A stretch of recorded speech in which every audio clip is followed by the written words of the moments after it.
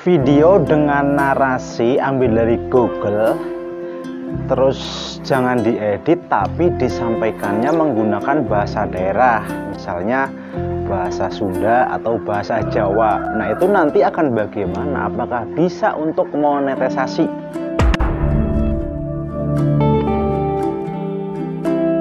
Jawab ulas lagi, jawab ulas. Oke, jadi ada yang menarik nih,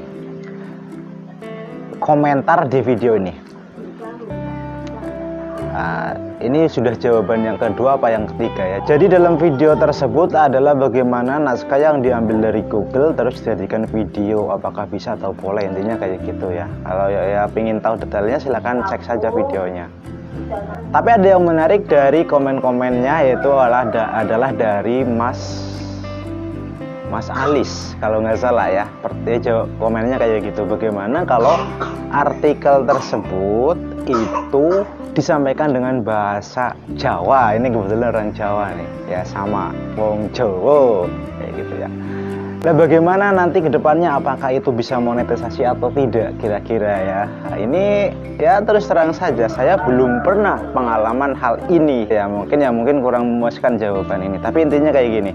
Jadi video itu menurut saya sudah menjadi video yang unik ya, unik. Jadi berbeda dengan yang lain ya, meskipun intinya adalah sama, maksudnya inti dari materinya itu adalah sama tujuannya, tapi penyampaiannya itu yang berbeda, yaitu dengan menggunakan bahasa Jawa ya.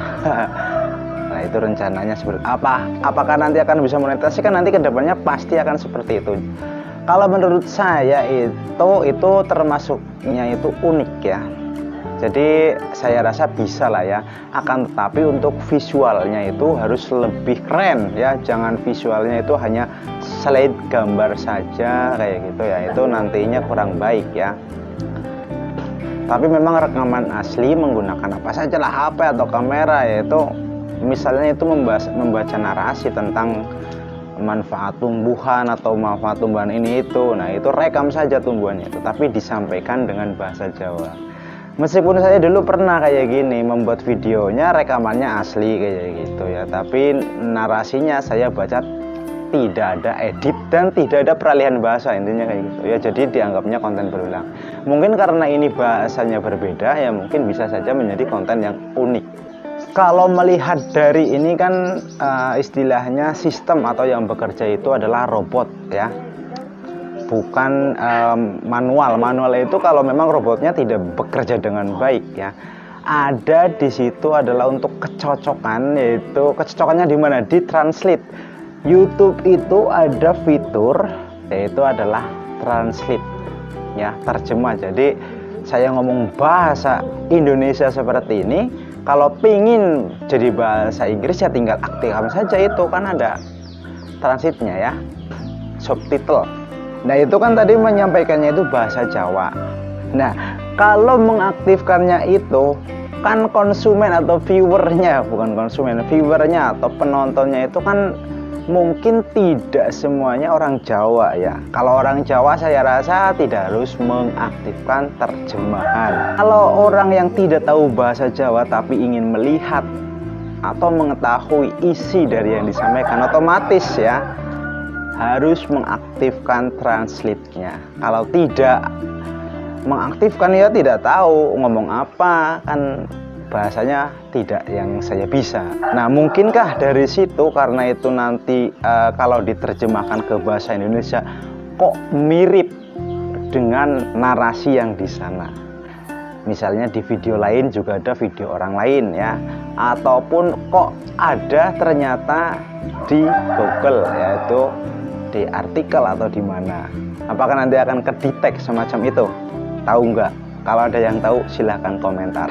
Tapi intinya menurut saya itu sudah menjadi video unik ya.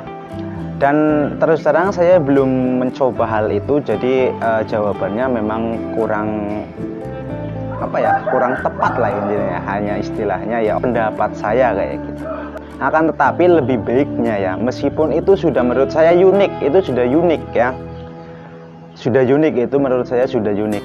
Tetapi menurut saya itu ditambahkan tetap ya, misalnya tidak harus 100% kita mengalihkan, kita copy paste artikel terus kita baca, tapi dengan bacanya itu bahasa saya, bahasa Jawa misalnya kayak gitu.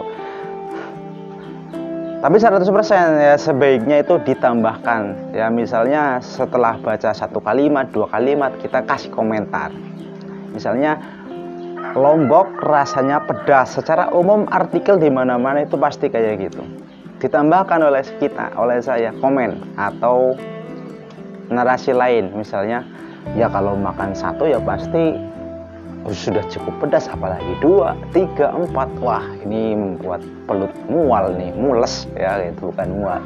Nah itu adalah tambahan, misalnya kayak gitu.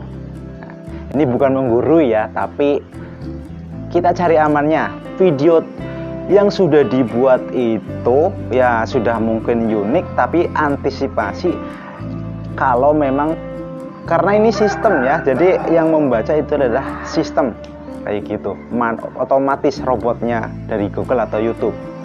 Jadi bisa saja terjemahan itu kalau diaktifkan, karena otomatis itu bisa akan membaca ya, datanya sama ternyata di dalamnya karena sudah ada database-nya kan kayak gitu. Jadi lebih baiknya ya kayak gitu, ditambahin bagaimana dan visualnya yang unik, yang menarik, alias rekaman asli, bukan comot-comot dari sana sini. Dan juga yang paling penting adalah supaya tidak capek. Artinya sudah membuat video capek-capek, apalagi berusaha menerjemahkan dari bahasa Indonesia ke bahasa Jawa atau bahasa daerah lainnya, ternyata dianggap konten seperti itu, konten berulang. Kan ya waduh, capek-capek 8 menit ngeditnya susah, ngepas-ngepasinnya lah macam-macam pokoknya lah. Kalau bikin video ya mudah-mudah susah ya, kayak gitu ya. Intinya mikir lah ya, enggak 100% jeblok-jeblok kayak rekam gitu, enggak, tapi tetap mikir supaya tidak capek pada akhirnya gitu. Sebaiknya seperti itu. Mungkin ya begitu. Itu saja ya, semoga bermanfaat. Menaji berbagi sebisanya dan seadanya. Salam.